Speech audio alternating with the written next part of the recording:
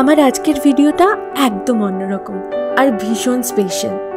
গত 30শে নভেম্বর আমার বাবা মা তাদের বৈবাহিক জীবনের 29 বছর কমপ্লিট করে 30 বছরে পা রেখেছে, আর তাই নিয়েছিল বাড়িতে একটা ছোটোখাটো সেলিব্রেশন।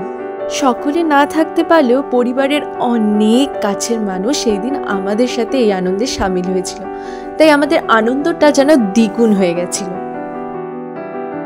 ছোটদাদুন আর ছোটদিদার বিয়ে দেখতে কিন্তু ছোট্ট বেদাংশিকাও হাজির হয়ে গেছে। ও কিন্তু এনজয় করার জন্য একেবারে রেডি। এইবার বরং আমার বাবা মায়ের মালা বদলের দৃশ্যটা আমার সাথে সাথে আপনারাও আরো একবার নতুন করে উপভোগ করে নিন।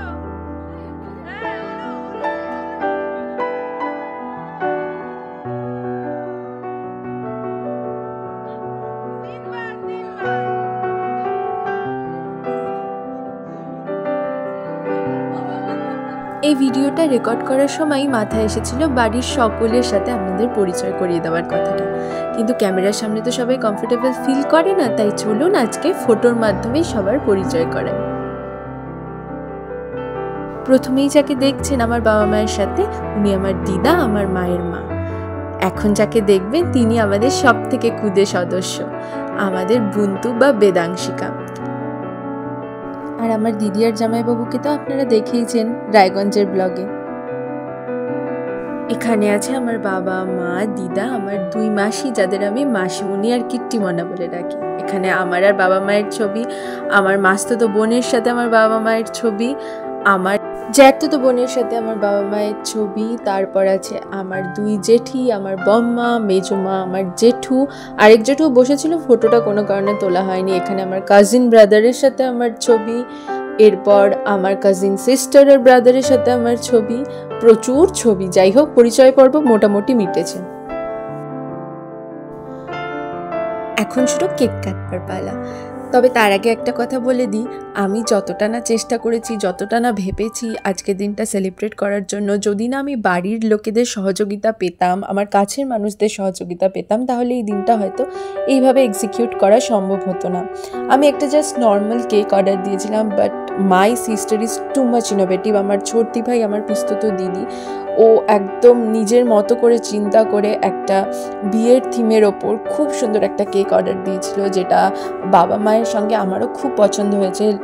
কেকটা taste wise plus look wise দুটোই খুব সুন্দর ছিল। মার লুকটা পুরো সেট করেছে ও।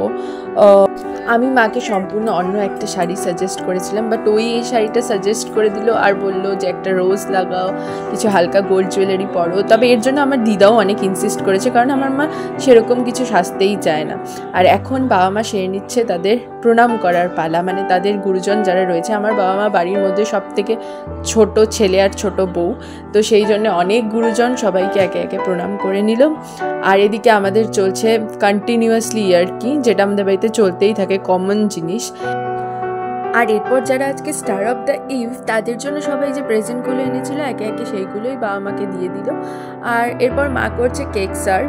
তো গিফটগুলো তো অসাধারণ হয়েছে, আর প্রত্যেকটা মা বাবার ভীষণ পছন্দের। এত বছর সংসার করার পর সবাই নিশ্চয়ই জেনে গেছে বাবার টেস্ট কীরকম আর মার টেস্ট কীরকম, সেই জন্য সব জিনিসগুলোই ভীষণ পছন্দের হয়েছে।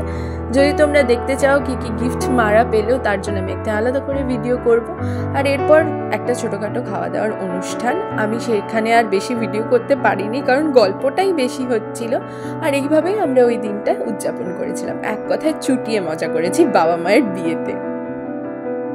My father is quite messy, but my mother, she is too much organized.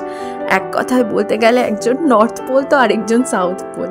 But বিষয়টা যখন আমাকে নিয়ে, ওরা পৃথিবীর সব থেকে দামি উপহারটা আমাকে দেওয়ার চেষ্টা করে, অফুরন্ত নিঃস্বার্থ ভালোবাসা। They try to create the coziest corner for me, where I can share my feelings, my emotions without a single doubt. I have never shared something like this before, but I love you a lot, Ma Baba. Stay together forever like this.